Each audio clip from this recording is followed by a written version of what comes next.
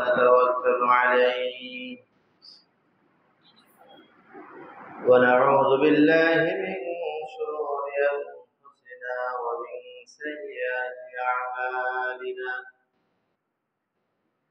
من يهد الله فلا مضل له ومن يضلله فلا هادي له ونشهد أن لا إله إلا الله وحده لا شريك له ونشهد أن سيدنا وسندنا وحبيبنا ومولانا محمد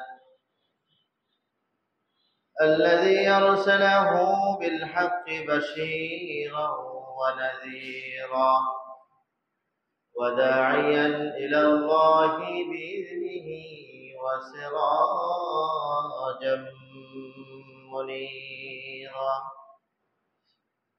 أما بعد فقد قال الله تعالى في كلامه المجيد وفرقانه الحميد قل إن كنتم تحبون الله فاتبعوني يحببكم الله وقال تعالى وما أرسلناك إلا رحمة للعالمين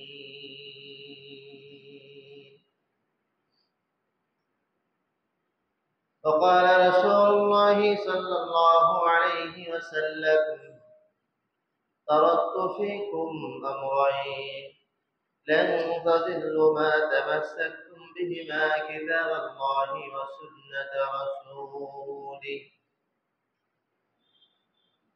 وقال تعالى إن الله وملائكته يصلون على النبي يا أيها الذين آمنوا صلوا عليه وسلموا تسليما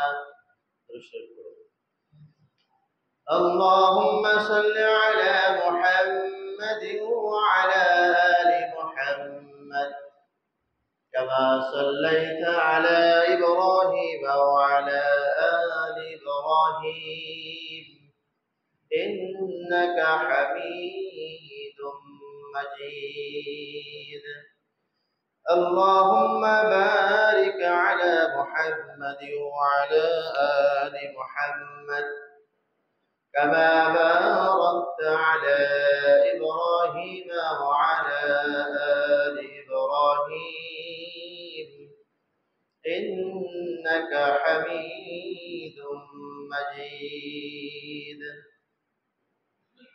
بلغ العلا بكماله كشف الدجى بجماله حسنت جميع خصاله صلوا عليه وآله محمد آقا کفر کو مٹایا کفر کو مٹا کر صداقت بتایا بلغ العلا بكماله كشف الدجى بجماله حسنت جميع خصاله صلوا عليه وآله سبحانك لا علم لنا إلا ما علمتنا إنك أنت العليم الحكيم جزى الله عنا محمدا ما هو أهله الحمد لله আল্লাহ তাআলার দরবারে অসংখ্য অগণিত শুকরিয়া আদায় করছি যে মহান রব্বুল ইজ্জত ওয়াল জালাল পবিত্র মাহে রবিউল আউয়ালের প্রথম জুমায় আল্লাহ তাআলা জুমার নামাজ পড়ার জন্য দুনিয়ার সমস্ত কর্ম থেকে ফারিগ হয়ে দুনিয়ার সমস্ত ঝামেলা থেকে মুক্ত হয়ে আল্লাহ সুবহানাহু ওয়া তাআলা বড় মেহেরবানি করে আমাদেরকে তার ঘরে আসার মতো তৌফিক দান করেছেন। এজন্য সকলে বলছি আলহামদুলিল্লাহ। গত জুমা থেকে আজ জুমা পর্যন্ত লম্বা একটা হায়াত আল্লাহ তাআলা আমাদের দিয়েছেন। হায়াতের মধ্যে সুস্থতা নিয়ামত ভরপুর করে দিয়েছেন। বহু মানুষ অসুস্থ হয়ে হাসপাতালের বেডে, বাসার বেডে, বিভিন্ন জায়গায় বিভিন্ন ব্যাধি নিয়ে ভুগতেছেন। আল্লাহ তাআলা আমাদেরকে সুস্থ সবল, আকল মস্তিষ্ক ঠিক রেখেছেন। পা হেঁটে চলার মতো ক্ষমতা, কথা বলার মতো যোগ্যতা, কথা শুনবার মতো কুওয়াত যে আল্লাহ তাআলা দিচ্ছেন, সেই মহান রব্বুল ইজ্জত ওয়াল জালালের দরবারে আরো একবার বলছি আলহামদুলিল্লাহ। দুরূদ ও সালাম পেশ করছি মানবতার দেশারী সাইয়্যিদুল কাওনাইন, আমার আপনার সকলের প্রাণ প্রিয় মানুষ, যাকে উদ্দেশ্য করে আল্লাহ তাআলা আসমান জমিনকে সুন্দরভাবে সাজিয়েছেন। তিনি আমাদের সকলের প্রাণ প্রিয় মানুষ, নবী কুলের শিরোমণি, নবীদের সরদার, আল্লাহ তাআলার প্যারা দোস্ত জনাব মুহাম্মদ রাসূলুল্লাহ, সকলে বলি সাল্লাল্লাহু আলাইহি ওয়াসাল্লাম। সম্মানিত ভাইরা, পবিত্র জুমার দিন জুমার নামাজ পড়ার জন্য আমরা দুনিয়ার সব কর্ম থেকে ফারিগ হয়ে আল্লাহ তাআলার ঘরে চলে আসছি।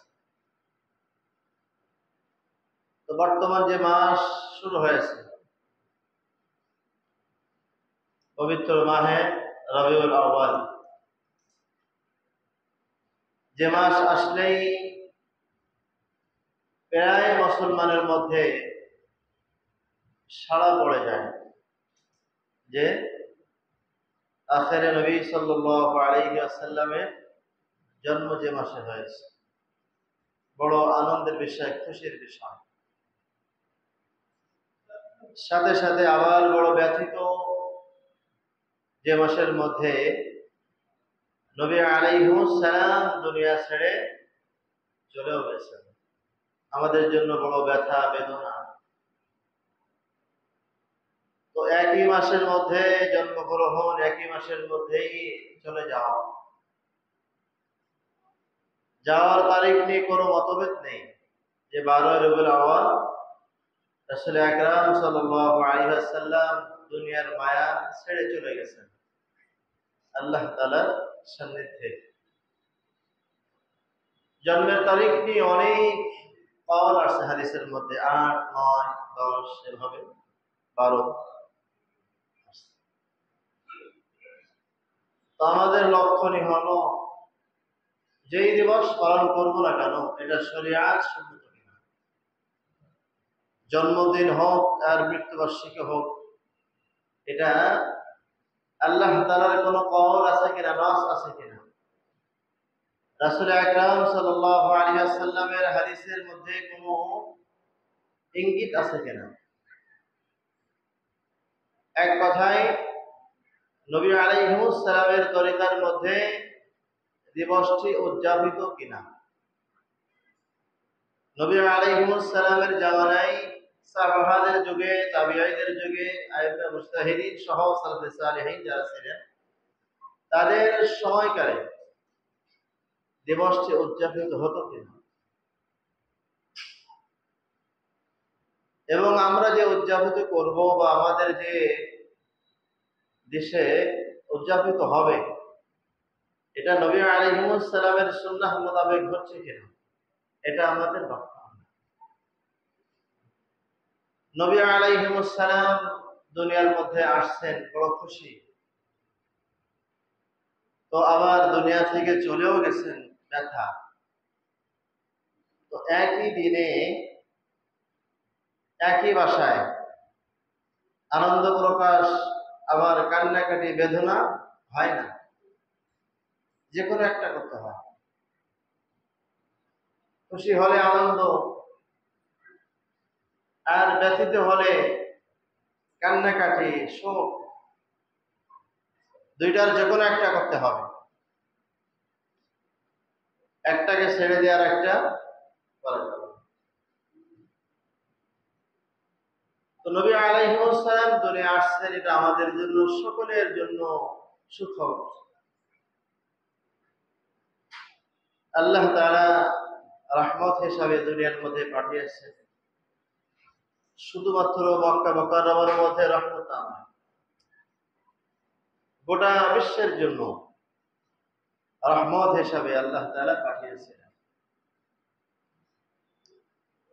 তো রাসূল আকরাম সাল্লাল্লাহু আলাইহি ওয়াসাল্লামের মিলাদুন নবী এবং সিরাতুন নবী, সিরাতুন নবী হলো পালনীয় বিষয়, মিলাদুন নবী এটা উদযাপিত বিষয় না, এটা আলোচ্য বিষয়, আলোচনা করা যেতে পারে, আমল করা যায় না। রাসূলের জন্ম এটা আলোচনা হবে, কিন্তু এটা আমলের বিষয় না, আমল করা যায় না। রাসূলের জন্য খাস ছিল, কিন্তু সিরাতুন নবী এটা সব উম্মতে মুহাম্মাদের জন্য আবশ্যক, আমল করতে হবে, পালনীয়। আমাদের দেশে সিরাতুন নবীর খোঁজ নাই, পাকিস্তানেও প্রচুর পরিমাণে এখন বিভিন্ন রাষ্ট্রের মধ্যে হয়ে গেছে, সিরাতুন নবীর খোঁজ নাই। 12 রবিউল আউয়াল আসলে মিলাদুন নবী পালনের জন্য ব্যস্ত। যারা উদযাপিত করছে, যারা পালন করছে, এদের মুখে দাড়ি পর্যন্ত নাই, অথচ এরা রাসূল প্রেমিক দেখাচ্ছে। আমরা রাসূলকে ভালোবাসি, ভালোবাসার বহিঃপ্রকাশ আগে দেখতে হবে সুন্নতি লিবাস আছে নাই, মুখের মধ্যে পয়গম্বরের সুন্নাত ভরা দাড়ি আছে কিনা, এটা আমাদের দেখতে হবে। এটার খোঁজ নাই। আমরা 12 রবিউল আউয়াল আসলেই, আমার লক্ষণীয়, আপনার আমার সকলের দৃষ্টি হলো এই দিবসটি নবী আলাইহিস সালাম কিভাবে উদযাপন করতেন, সাহাবারা কিভাবে এই দিবসটিকে উদযাপিত করেছেন, ঠিক সেই নমুনায় আমাকে হাঁটতে হবে। আমি আমার মতো মন গড়া, মন চাহে জিন্দেগি চলবো, এটা শরিয়াত হবে না, এটা হবে বেদাত। সুন্নাহ মোতাবেক চলতে হলে শরিয়াত মেনে সামনে চলা। তো যেহেতু রবিউল আউয়াল মাসের মধ্যে নবী আলাইহিস সালাম দুনিয়ার মধ্যে আসছেন, আমাদের জন্য বড় খুশখবরি। রহমতের নবী, মায়ার নবী, বরকতের নবী দুনিয়ার মধ্যে আসছেন। আমাদের জন্য সৌভাগ্য যে আমরা রহমতওয়ালা নবীর উম্মত হতে পেরেছি, এটা আমাদের জন্য বড় বিষয়। আল্লাহ তাআলা আমাদেরকে বিনা দরখাস্তে, বিনা আবেদনে আমাদেরকে মঞ্জুর করেছেন। তো রহমতের নবী, মায়ার নবী, হায়াতুল নবী, নবীর জিন্দেগি বলে শেষ করা যাবে না। 63 বছরের জীবনী বলে শেষ করা যাবে না, সারা বছর আলোচনা করতে হবে। আর আলোচনাই বড় জিনিস না, বড় জিনিস হলো মানা। সাহাবারা দামি কেন? সামিআনা ওয়া আতা'না, শোনা মাত্রই এটা শুরু হতো, মান্য শুরু হতো, এই জন্য বড় দামি হয়ে গেছে। তো 12 রবিউল আউয়াল যেহেতু পয়গম্বর আলাইহিস সালাম দুনিয়ার মধ্যে আসছেন, রহমতের নবী, কত রহমত, কত বরকত। আর যে ঘরে আসছে সেই ঘর কত দামি, যে শহরে আসছে সে শহর কত দামি, মক্কা শহর, আমিনার গর্ভে, আমিনার দোলা, নবী মুহাম্মদ রাসূলুল্লাহ সাল্লাল্লাহু আলাইহি ওয়াসাল্লাম। আম্মা জান আমিনা রাদিয়াল্লাহু তাআলা আনহা নিজেই হাদিস বর্ণনা করেছেন। আমিনা বলে, যেদিন আমার গর্ভে মুহাম্মদ এসে গেল, গর্ভে আসছে, সেদিন আমাকে কে যেন গায়েব থেকে বলে আমিনা সন্ধ্যার পরে ঘর থেকে বের হবে না, সন্ধ্যার পরে ঘর থেকে বের হবে না। আমাদের সমাজে দেখবেন অনেক সময় মেয়েরা বের হয় না। আমাদের আম্মাজানরা মা চাষিরা ছিল, এখন মেয়েরা তো সন্ধ্যার পরে মার্কেটে যায়, বাচ্চা পেটে থাক বা না থাক, 2 দিন পরে বাচ্চা হবে এও মার্কেটে দৌড়ায়, কোনো মান্যতা নাই, হায়া শরমও নাই। অথচ আমিনা বলে নবী মোহাম্মদ যখন আমার পেটে এসে গেল, কে যেন গায়েব থেকে আমাকে বললো আমিনা সন্ধ্যার পরে ঘর থেকে বের হবে না, সন্ধ্যার পরে ঘর থেকে কোনো সময়ের জন্য বের হবে না। আম্মা যান আমিনা বলেন আমি রাতের মধ্যে বাসার মধ্যে একটা পাত্রে প্রস্রাব করে সকালবেলা ফেলাতাম, কারণ আমাকে ওয়ার্নিং করা হয়েছে, নির্দেশ করা হয়েছে আমিনা সন্ধ্যার পরে খবরদার খবরদার ঘর থেকে বের হবে না। তোমার পেটে জনাবে মুহাম্মদ রাসূলুল্লাহ, তোমার পেটে উজ্জ্বল নক্ষত্র রয়েছে, খবরদার খবরদার সন্ধ্যার পরে তুমি ঘর থেকে বের হবে না। আম্মা জান কখনো পয়গম্বর ভূমিষ্ঠ হওয়া পর্যন্ত ঘর থেকে বের হয় নাই, কারণ গায়েব থেকে খবর আসতেছে, কে যেন বলছে আমিনা খবরদার, তোমার পেটে কিন্তু বিশ্ব নবী, রহমতের নবী, হায়াতুন নবী তোমার পেটের মধ্যে আসছে, তুমি খবরদার সন্ধ্যার পরে ঘর থেকে বের হবে না। আম্মা জান বলেন আমি কখনো ঘর থেকে বের হতাম না। আম্মা জান আরো বলেন মক্কা শহরের মেয়েদেরকে ডেকে ডেকে বলতেন আরে শোনো, তোমাদের পেটে বাচ্চা আসলে 2 মাস 3 মাস পরে পেট উঁচা হয়, পেট বড় হয়, বোঝা যায় বহিঃপরিষ্কার হয়, প্রকাশ পায় যে এই মেয়ের মনে হয় বাচ্চা হবে। আমাদের সমাজে এখন আছে। মা আমিনা বলেন মোহাম্মদ আমার পেটে এসে গেল, 10 মাস 10 দিন আমার পেটে থাকলো, কিন্তু পেট উঁচা হলো না।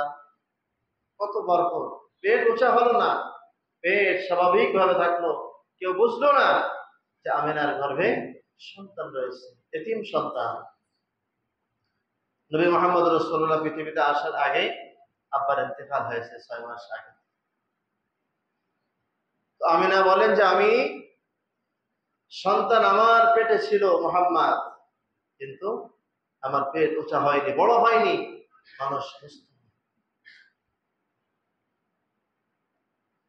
আমিনা বলেন রাতে যেন ঘুমের মধ্যে আমাকে কে বলতো আমিনা তোমার পেটে যে সন্তান, সন্তানের নাম দুনিয়ায় হবে মুহাম্মদ, আসমানে হবে আহমদ। আমিনা বলেন মক্কার মেয়েদেরকে ডেকে ডেকে বলেন এ মেয়েরা শোনো, তোমাদের সন্তান ভূমিষ্ঠ হওয়ার পর 7 দিন পরে তোমরা নাম রাখো, মাথার চুল ফেলাও। আর আমার পেটে যে সন্তান, পেটে থাকা অবস্থায় কে যেন আমাকে নাম মুখস্থ করায় চলে গেছে, নাম আমাকে শোনাইছে, পেটে যে আছে দুনিয়ার মধ্যে হবে মোহাম্মদ, আসমানে তার নাম হবে আহমদ, আমাকে নাম শোনাইছে। আমিনা বলেন আরো খবর শোনো, সন্তান ভূমিষ্ঠ হওয়ার পরে মানুষ, মহিলারা ছটফট করে কান্নাকাটি করে, রক্ত বের হয়, মরে যায় যায় ভাব, স্বামীর কাছ থেকে বিদায় নেয়, পাড়া প্রতিবেশীর কাছ থেকে বিদায় নিয়ে নেয়, স্বামী বিদায় দাও মনে হয় আর বাঁচবো না, এমন একটা অবস্থা সৃষ্টি হয়। কিন্তু আমি যেদিন মোহাম্মদকে ভূমিষ্ঠ করলাম, মানুষ পিঁপড়েকা, একটা পিঁপড়িকা যদি কামড়ায় তাও বুঝতে পারে, অনুভব হয় ব্যথা। কিন্তু আমার মোহাম্মদ যখন আমার পেট থেকে যখন ভূমিষ্ঠ হলো, একটু মাত্র আমার ব্যথা অনুভব হয়নি। এত বরকতের নবী, মায়ার নবী এই মাসের মধ্যে জন্মগ্রহণ করেছে। হাদিসের মধ্যে আসছে মেডিকেল টিম আল্লাহ তাআলা পাঠিয়েছেন। আম্মা জান আয়েশা বলেন যে আমি আমার পাশে উম্মে আইমান বসা, আবু লাহাবের বাদী বসা সুহাইবা, তাদের সঙ্গে কেমন যেন গল্প করতেছিলাম, কোলবালিশ নিয়ে গল্প করতেছিলাম। হঠাৎ রুমের মধ্যে দেখি 3 জন মহিলা, তারা রাত্রি হিসাবে আমার ঘরে আসছে, উজ্জ্বল হয়ে গেছে ঘর, ঘরটা উজ্জ্বল হয়ে গেছে, রাতের বেলায় কিন্তু ঘরের মধ্যে আলো আলো ভাব। আমিনা বলে আলোকিত ঘর যখন দেখলাম তখন 12 রবিউল আউয়াল, যেহেতু 12 তারিখের চাঁদ সকাল পর্যন্ত আকাশে দেখা যায়। পয়গম্বর সাল্লাল্লাহু আলাইহি ওয়াসাল্লাম সুবহ সাদেকের সময়, সুবহ সাদেক কখন? যখন মসজিদে বলা হয় আর 5 মিনিট বাকি আছে সেহরি খেতে, 5 মিনিটের মধ্যে সেহরি শেষ করবেন, এই 5 মিনিট পরের সময়টা হলো সুবহ সাদেক, অর্থাৎ ফজরের একদম আওয়াল ওয়াক্তে যখন আযান শুরু হয়। মা আমিনা বলেন সুবহ সাদেকের সময় হঠাৎ দেখি আমার ঘরের মধ্যে আলো আলো উজ্জ্বল ধরা। আমি বাইরে তাকালাম, দেখি 12 তারিখের চাঁদ কেমন, বাইরের চাঁদের থেকে আমার ঘরের আলো পরিমাণ বেশি, আলো ঘরে বেশির মধ্যে, তার মানে চাঁদের চেয়েও অনেক দামি মানুষ, সুন্দর মানুষ, চেহারা সুন্দর। আমিনা বলেন নবী মুহাম্মদ জন্মগ্রহণের পরে হাত দিয়ে লজ্জাস্থান ঢাকা, লজ্জাস্থান কাউকে দেখায় না। আমিনা বলেন এরা আইমান সয়বা যাও, ঘর থেকে আমার শাড়ির থেকে আসল ছিঁড়ে নিয়ে আসো। লজ্জাস্থান ঢেকে দেওয়া হলো, পয়গম্বর হাত সরালো। আম্মাজান বলেন আমিনা রাদিয়াল্লাহু তাআলা আনহা বলেন এই ফাঁকে আমি দেখলাম যে মুহাম্মদ মুসলমানি হয়ে দুনিয়া থেকে আসছে, দুনিয়ার মধ্যে আসছে মুসলমানি হয়ে, সুন্নতে খাতনা আল্লাহ তাআলা ফেরেশতাদের মাধ্যমে করাইছেন বিশেষ পদ্ধতি। এই বরকতের নবী, মায়ের নবী দুনিয়ার মধ্যে আসছেন এ মাসের মধ্যে, আমাদের জন্য বড় খুশ খবর। নসিব ভালো যে আমরা সেই নবীর উম্মত হতে পেরেছি। আল্লাহ আশ-শাবরি থানবী রাহমাতুল্লাহ আলাইহি কিতাব লিখছেন, যেদিন ভূমিষ্ঠ হলো মুহাম্মদ, আব্দুল্লাহ ছেলে মুহাম্মদ, এই খবর আবু লাহাবের বাদী সুয়াইবা দৌড়ায় যে আবু লাহাবকে বলছে, মিস্টার আবু লাহাব, আপনার ভাইয়ের ঘরে একটা আপনার ভাতিজা জন্মগ্রহণ করেছেন, সে চাঁদের চেয়েও সুন্দর। আবু লাহাব শোনা মাত্রই বাদীকে আঙ্গুল দিয়ে ইশারা করে আজাদ করে দিয়েছিল। ফজর হয়ে গেছে, ফজর হওয়ার পরে আবু তালেব চলে আসছে, নাতিকে কোলে নিবে। আমিনাকে ডেকে, আমিনা সন্তানকে আমার কাছে দাও, আমার নাতিকে আমার কোলে দাও। আবু তালেব সন্তান কোলে নিয়ে বের হয়ে পড়েছেন পাহাড়ে, রোদ লাগাবেন, ছোট্ট বাচ্চার গায়ে রোদ লাগাতে হয়, জন্ডিস থেকে মুক্ত হয়, অনেক ব্যাধি থেকে মুক্ত হয়। রাসূলের দাদা আনন্দ করতে করতে পাহাড়ে আবি কুবাইস, যারা হজে গেছেন দেখছেন, আবু জেহেলের পাশের বাড়ির পাশে বড় পাহাড়, যে পাহাড়ের মধ্যে পয়গম্বর আলাইহিস সালাম ইশারা করে চন্দ্রকে খণ্ডন করে বলেছিলেন যে এখনো পর্যন্ত সেখানে নিশানা রয়েছে। ওই পাহাড়ে উঠলেন আবি কুবাইস, পাহাড়ে উঠে রোদ খাওয়ানোর জন্য উঠাইছেন, তো দেখে রোদ এসে আবু তালেবের গায়ে লাগে কিন্তু মুহাম্মাদের গায়ে লাগে না, কি যেন ছায়া দিয়ে রাখছে। দাদা ডেকে ডেকে বলে, আমিনা কি সন্তান আমার কাছে দিলে, রোদ আমার গায়ে লাগে সন্তানের গায়ে লাগে না, ছায়া দিয়ে রাখছে, যেন মেঘ মালা এসে নবী মুহাম্মদকে ছায়া দিয়ে রাখছে, রোদের তাপ রাখতে দিবে না। কত বরকতের নবী, মায়ের নবী। জনাবে মুহাম্মদ রাসূলুল্লাহ সাল্লাল্লাহু আলাইহি ওয়াসাল্লামের জন্মের খবর আবু লাহাবের বাড়ি যখন আবু লাহাবকে শোনালেন,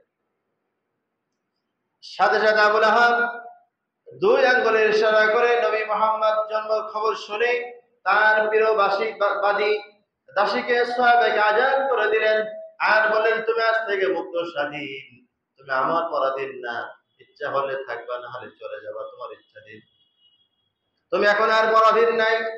তুমি আমাকে আজকে সকালবেলা বড় সুন্দর খবর শোনাইছো। আশ-শাবরি থানবী রাহমাতুল্লাহ আলাইহি কিতাবের মধ্যে লেখেন, আবু লাহাবের ইন্তেকাল হয়ে গেল। কিছুদিন পর ইবনে আব্বাস রাদিয়াল্লাহু তাআলা আনহুর সঙ্গে স্বপ্ন যোগে আবু লাহাবের দেখা হয়ে গেল। ইবনে আব্বাস বলেন, আবু লাহাব, পরকালের মধ্যে মাটির নিচে কোন হালাতে তোমার অবস্থা বলো? আবু লাহাব বলে, ইবনে আব্বাস, বড় কষ্টের মধ্যে আমার দিন যাচ্ছে, বড় খুব কষ্ট হচ্ছে, পেরেশানি। তবে হ্যাঁ, শোনো, যেদিন মুহাম্মদ দুনিয়ার মধ্যে জন্মগ্রহণ করেছিলেন সোমবার 12 রবিউল আউয়াল সুবহে সাদেকের সময়, এই মহামানুষের খবর আমার বাদী সোয়েবা যখন আমার কানে শোনালো, আমি তাকে আজান করে দিয়েছিলাম যেদিন সোমবার, যে আঙ্গুলে ইশারা করে আমি আজাদ করেছিলাম। প্রত্যেক সোমবার আসলে এই আঙ্গুল চোষের জন্য আমার একটু পানি পানি অনুভব হয়, আজাবটা একটু হালকা মনে হয়। বলার উদ্দেশ্য হলো, নবী মুহাম্মদ রাসূলুল্লাহ সাল্লাল্লাহু আলাইহি ওয়াসাল্লাম জন্মগ্রহণ করেছেন। আবু লাহাব হলো কাফির, ঈমান গ্রহণ করেন নাই, কাফের। নবীর জন্মগ্রহণে যদি খুশি হয়ে লক্ষ লক্ষ টাকা দাম একটা বাদী, একটা গোলাম আজাদ করে দিয়ে, পরকালে যদি সে আযাবের মধ্যে গ্রেফতার হয়েও সোমবার আসলে যদি একটু আযাবটা লাঘব মনে হয়, তাহলে আমি তো মুহাম্মাদের উম্মত, আমি তো মুসলমান, আমার করণীয় আরো বেশি। আবু লাহাব তো আমার ইসলাম গ্রহণ করেন নাই, নবী মুহাম্মদকে নবী হিসাবে মানেন নাই, কিন্তু হ্যাঁ, জন্মগ্রহণ করেছেন খবর শুনেই আজাদ করে দিল। তাহলে সে যদি এত করতে পারে, লক্ষ লক্ষ টাকা খরচ করতে পারে, আমি তার উত্তরসূরি, আমার আপনার প্রাণের নবী মুহাম্মদ সাল্লাল্লাহু আলাইহি ওয়াসাল্লাম, আমার তো আরো বেশি করণীয়। পয়গম্বর আলাইহিস সালাম বলেন, আমি নবী মুহাম্মদ আমার মিলাদুন নবী, সিরাতুন নবী উদযাপন করেছি রোজার মাধ্যমে। প্রত্যেক সোমবার আসলে আমি রোজা রাখতাম। পয়গম্বর বলেন যে আমি বাৎসরিক হিসেবে উদযাপন করতাম না, বাৎসরিক না, সাপ্তাহিক, প্রত্যেক সপ্তাহে আমার উদযাপন হতো। আমাদের সমাজে এখন বাৎসরিক হয়ে গেছে। 12 রবিউল আউয়াল আসলে বিশাল জায়গার আয়োজন, মিষ্টি, মিলাদ মাহফিল, ব্যানার, ফেস্টুনি, মিছিল করে উদযাপন করবে, এটা না। এটা তো অনেক পরে এসে শুরু হয়েছে, অল্প দিন আগে। নবী মুহাম্মদ রাসূলুল্লাহ সাল্লাল্লাহু আলাইহি ওয়াসাল্লাম বলেন, আমি মিলাদুন নবী পালন করি রোজার মাধ্যমে। পয়গম্বর প্রত্যেক সোমবার রোজা রাখতেন, কারণ ওই দিন তার জন্ম হয়েছে। তাহলে কতখানি ভালোবাসা, কতখানি প্রেম আমাদের মধ্যে থাকতে হবে, যেহেতু আমরা তার উত্তরসূরি, তার নবী, আমাদের নবী, আর আমরা হচ্ছেন উম্মত। তাহলে আমাদের কতখানি ইত্তেবা করার প্রয়োজন রয়েছে, ভালোবাসা কতখানি দেখাতে হবে। বাৎসরিক ভালোবাসা দেখালে হবে না। নবীর উম্মত, ঠিক আছে, মুখের মধ্যে দাড়ি নাই, সুন্নতি লেবাস নাই, আজীব ব্যাপার। আল্লাহ তাআলা আমাদের জন্য লেবাস নির্ধারণ করছেন, ইয়া বানি আদম খুযু সিরাতাকুম ইনদা কুল্লি মাসজিদিন ইনদা কুল্লি ওয়াক্তিন। আল্লাহ তাআলা বনি আদমের জন্য পোশাক নির্ধারণ করছেন, অথচ আমরা নামাজ পড়তে আসি হাফ জামা গায়ে দিয়ে, হাফ হাতা গেঞ্জি পরা, মনে হয় মাঠে জল দিতে আসছে। আরে ইসলামের একটা পোশাক রয়েছে, পাঞ্জাবি একটা পোশাক, মানুষ দেখলে বোঝে যে ইনি এখন নামাজে যাচ্ছে, ইনি একজন মুসলমান, ইনি একজন হুজুর, ইনি একজন নামাজি মানুষ, মুত্তাকি মানুষ। লেবাসেই তার প্রমাণ হয়। আমরা এখনো পর্যন্ত নবীর লেবাস ধারণ করতে পারি নাই। নবীর মুখে দাড়ি ছিল, সব নবীদের মুখে দাড়ি ছিল, আমার মুখে দাড়ি না। কেমন উম্মত হয়ে গেল। আর সাহাবাদের কি ভালোবাসা। ছোট্ট একটা কথা বলি, উহুদের যুদ্ধে হযরত আবু তালহা রাদিয়াল্লাহু তাআলা চতুর্দিক থেকে কাফেররা নবী মুহাম্মদকে হত্যা করার জন্য গুলি ছুড়ছেন, মারছেন, মেরে ফেলবেন, হত্যা করবেন। আবু তালহা রাদিয়াল্লাহু তাআলা রাসূলকে বুকের সঙ্গে জড়ায়ে ধরে রাখছে, যে একটা তীর এসে, একটা ধনুক এসে, একটা গুলি এসে যেন আপনার গায়ে না লাগে, আমার পিঠে লাগবে, আমার মাথায় লাগবে, আমার হাতে লাগবে, এরপর আপনাকে ছেদ করব। পয়গম্বর সাল্লাল্লাহু আলাইহি ওয়াসাল্লাম ওই মুহূর্তে বারবার বাইরে দেখতে যাচ্ছিলেন যে বাইরে কি অবস্থা, কি হচ্ছে। আবু তালহা রাদিয়াল্লাহু তাআলা আনহু বলেন, পয়গম্বর, আমার মা বাপ আপনার উপরে কুরবান হোক, আপনি মাথা উঁচু করবেন না, না জানি একটা গরু এসে আপনার মাথায় আঘাত লেগে যায়। আমি আপনার দেহকে সুন্দরভাবে আড়াল করে আমার দেহকে আপনার জন্য ঢাল হিসাবে ব্যবহার করছি বলে আমার পেটের মধ্যে ঝাড় ঝাড় হয়ে যাচ্ছে। আবু তালহার শরীরের মধ্যে অসংখ্য অগণিত পাথরের আঘাত, অসংখ্য অগণিত গোলের আঘাত, বুলেটের আঘাত। এরপরে নবী মুহাম্মদকে আগলে রাখছেন, একটা গুলি পর্যন্ত নবী মুহাম্মদের গায়ে লাগতে দিচ্ছেন। নবী, আপনি সেফ থাকবেন, আমি আপনাকে আড়াল করে রাখছি, আমার পিঠ আপনার জন্য ঢাল হিসেবে ব্যবহার করছি, আপনি মাথা উঁচু করবেন না, তাহলে না জানি কখন গুলি এসে আপনার মাথায় লেগে আপনি নিহত হয়ে যান। আবু তালহার পিঠ ঝাঁঝরা হয়ে গেছে। এরপরও নবীর গায়ে একটা মশা পর্যন্ত বসতে দেয়। যে নবী এত দামি নবী, নবী আলাইহিস সালাম যখন ওযু করতেন, ওযুর পানিকে সাহাবারা শরীরে মাখার জন্য, সেবন করার জন্য ভিড় জমাত। যে নবী থুতু ফেললে মিশকে আম্বারের চেয়ে ঘ্রাণ বের হতো, সাহাবারা দৌড়ায় শরীরে মাখার জন্য ব্যস্ত হয়ে যেত। সেই নবী এই মাসের মধ্যে জন্মগ্রহণ করেছেন। তারিখ কত হবে? 8, 9, 10, 12। পয়গম্বর সাল্লাল্লাহু আলাইহি ওয়াসাল্লাম বলেন, তারাকতু ফীকুম আমরাইন লান তাদিল্লু মা তামাসসাকতুম বিহিমা কিতাবাল্লাহি ওয়া সুন্নাত রাসূলিহি।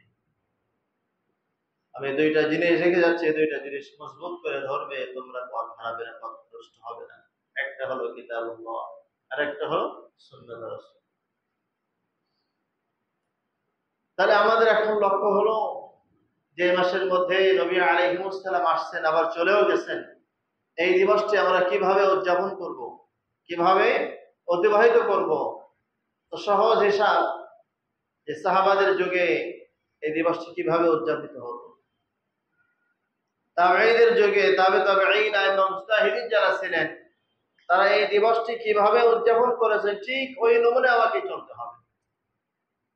পয়গম্বর আলাইহিস সালাম বলেন যে আমি মিলাদুন নবী পালন করেছি রোজার মাধ্যমে, রোজা রেখে সারাদিন আমি রোজা ছিলাম, সন্ধ্যা হলে ইফতার করতাম। তাহলে আমরাও যদি উদযাপন করতে চাই, আমরা রোজা রাখবো, রোজা রাখবো। দ্বিতীয় হলো দান সদকা, সদকা করা, গরিব অসহায়দের খাবার খাওয়ানো, বস্ত্রহীনকে বস্ত্র দেওয়া, ভালো কাজে অর্থ ব্যয় করা, এগুলো হলো সদকা, এগুলো করা যাবে। বড় কথা হলো আবু লাহাব তো ঈমান গ্রহণ করেননি, রাসূলের দুশমন, কিন্তু যখন ভূমিষ্ঠ হয়েছে, জন্মগ্রহণ করেছে, লক্ষ লক্ষ টাকার গোলাম আজাদ করেছে, তাহলে সে কাফির হয়ে যদি এগুলো করতে পারে, আমি তো মুসলিম, আমার তো প্রাণের মানুষ নবী মুহাম্মদ রাসূলুল্লাহ, আমার তো আরো বেশি করতে হবে। এই জন্য প্রত্যেক বছর আমাদের আমল হয়। আমরা ইনশাল্লাহ এখানে দোয়ার আয়োজন হয়তো হবে, ইনশাল্লাহ দোয়া হবে, সাথে সাথে আমাদের করণীয় হলো, আবু লাহাব যদি সে লক্ষ লক্ষ টাকা খরচ করতে পারে, ঈমান গ্রহণ করেননি, আমরা তো ঈমানদার মানুষ, মুমিন, আমাকে আরো বেশি করব। এই জন্য সকলের কাছে দাওয়াত, আমরা নবী আলাইহিস সালাম এই মাসের মধ্যে জন্মগ্রহণ করেছেন, আমাদের জন্য খুশখবর ভালো, আমরা মহা খুশি, আমরা এটা প্রকাশ করব অর্থের মাধ্যমে। আল্লাহ তাআলার ঘরের জন্য আগামী সপ্তাহে যার যেভাবে সামর্থ্য রয়েছে আমরা ইনশাআল্লাহ দান করব। কি জন্য? আমার নবী আসছে দুনিয়ার মধ্যে, আমি খুশি হয়ে গেছি, আমার অর্থের মধ্যে, আমার সম্পদের মধ্যে যেটা সবচেয়ে দামি ওটা দেব।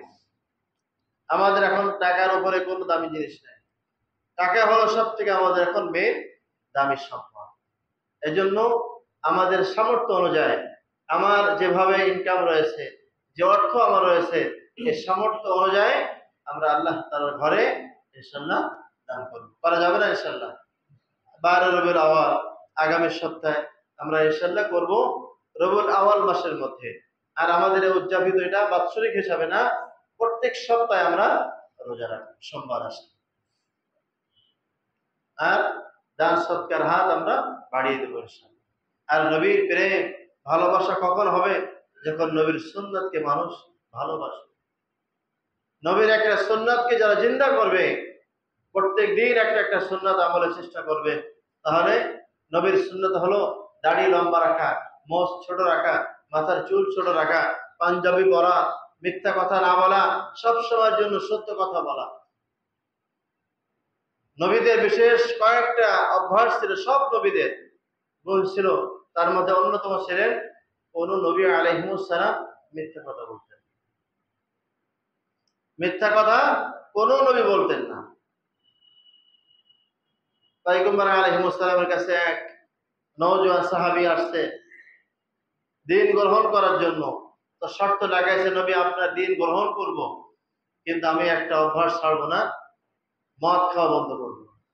মদ খাবো, কিন্তু আমি ইসলাম গ্রহণ করব, নামাজ পড়বো আপনার পিছনে, আমি মদ ছাড়তে পারবো না। এরকম কয়েকটা কথা সে বলেছে, লম্বা কথা। তো নবী আলাইহিস সালাম তাকে বলে, ঠিক আছে দেখো, তুমি সব করো ঠিক আছে, তুমি একটা কথা ছেড়ে দাও, কি? মিথ্যা কথা বলবো না। আর সব তুমি করতে হলো, চুরি করো, ডাকাতি করো, জেনা করো, ব্যভিচারী করো, সব করো, মদ খাও, কিন্তু একটা অভ্যাস, বদ অভ্যাস ছেড়ে দাও, মিথ্যা বলবো না। ওই সাহাবী তো মহা খুশি আনন্দে যাচ্ছে, ঠিক আছে, আমার তো নবী মুহাম্মদ সব অনুমতি দিয়েছেন, ঠিক আছে আমি করব। পরক্ষণে আবার ভাবলেন যে ঠিক আছে সব তো করবো, নবী যখন কালকে গেলে জিজ্ঞেস করবে তখন মিথ্যা বলবো কিভাবে? নবী তো জিজ্ঞাসা করবে, মদ খাইছিলে নাকি? তো আমাকে হ্যাঁ না বলতে হবে, হ্যাঁ বললে তো সত্য। এত মানুষের মধ্যে আমি হ্যাঁ বলবো, আমি তো লজ্জিত হব। পরের দিন যখন যাব, মোহাম্মদ বলবে, এই তুমি কি জেনা করছিলে? যদি বলে হ্যাঁ, তাহলে তো সবাই আমাকে লজ্জা দিবে, তিরস্কার করবে, অপমানিত করবে। তাহলে নবী তো আমাকে একটা সবক দিলেন যে মিথ্যা বলবো না। তাহলে আমি কালকে যে কিভাবে তার সামনে মিথ্যা বলবো? এই যে ছেড়েছে গুনাহ, একটা বদ অভ্যাস ছেড়ে দেওয়ার কারণে আল্লাহ ওয়ালা হয়ে গেছেন, গুনাহ মুক্ত জীবন যাপন করেন আল্লাহ হয়ে গেছেন, সব গুনাহ থেকে ছেড়ে দিয়েছেন। মদ, জিনা, ব্যভিচার যা ছিল সব ছাড়তে বাধ্য হয়েছে। তো যেই গুণটা নবীদের মধ্যেও ছিল, মিথ্যা বলা যাবে না, এই একটা গুণ আমরা অর্জন করতে পারি না, যে আমরা হায়াত থাকতে, জীবন থাকতে মিথ্যা বলবো না। হোক ফাঁসি হোক, হোক আমার শাস্তি হোক, সাজা হোক, আমি মিথ্যা বলবো, যেটা সত্য ওটাই বলবো। এই জন্য আমার যদি জেল হয়, ফাঁসি হয়, হোক, অসুবিধা নেই। মরণ তো একদিন আসেই আমার। যখন আমি দুনিয়ার মধ্যে আসছি তো আমাকে যেতেই তো হবে, বাকি আমি যেন সুন্দরভাবে, হক ভাবে চলে সুন্দরভাবে যেতে পারি। তো আমরা ইনশাল্লাহ এই ধারাবাহিকভাবে রাসূলের জন্ম থেকে শুরু করে একদম মওত পর্যন্ত আমরা ইনশাল্লাহ এই জীবনে নিয়ে ইনশাল্লাহ পরা 12 রবিউল আউয়াল মাস আলোচনা করবো। আল্লাহ তাআলা আমাদের তৌফিক দান করেন। তাহলে আজকে আমাদের দুইটা কথা। এক নম্বর কথা হলো, নবী আলাইহিস সালাম দুনিয়া আসছেন, এই মহা খুশিতে আবু লাহাব লক্ষ লক্ষ টাকা খরচ করেছেন, তো সে তো ইসলাম গ্রহণ করেননি, কাফির হয়ে ইন্তেকাল করেছেন। আর আমরা তো ইমানদার মানুষ, তার সবচেয়ে বেশি কাছে নবী মুহাম্মদ রাসূলুল্লাহ সাল্লাল্লাহু আলাইহি ওয়াসাল্লামের বেশি আমরা আপন, আমরা তার জন্য বেশি করব, আবু লাহাবের থেকে বেশি করব। বেশি করতে হলে আমার যেটা সবচেয়ে প্রিয় ওটা আমি আল্লাহ তাআলার জন্য দান করবো ইনশাআল্লাহ। তাহলে আগামী জুমায় আমরা সবাই আল্লাহ তাআলার ঘরের জন্য ইনশাআল্লাহ অনুদান বেশি বেশি নিয়ে আসবো। দ্বিতীয় নাম্বার হলো, হায়াত থাকতে আমরা আর মিথ্যা কথা বলবো না, পারা যাবে না ইনশাআল্লাহ। ব্যবসা করব, ঠিক আছে, সত্যটাই বলে ব্যবসা করব, যা করব সত্য বলবো, হ্যাঁ এটা করেছি বা করিনি, মিথ্যা বলবো না। তাহলে আল্লাহ তাআলা আমাকে নাজাত দিবেন। as-sidqu yunji wal kizbu yuhlik, সত্য মানুষকে নাজাত দেয়, মিথ্যা মানুষকে ধ্বংস করে। আল্লাহ তাআলা আমাদেরকে আমল করার তৌফিক দান করেন। যারা সুন্নাত পড়তে পারে না সুন্নাত পড়ে।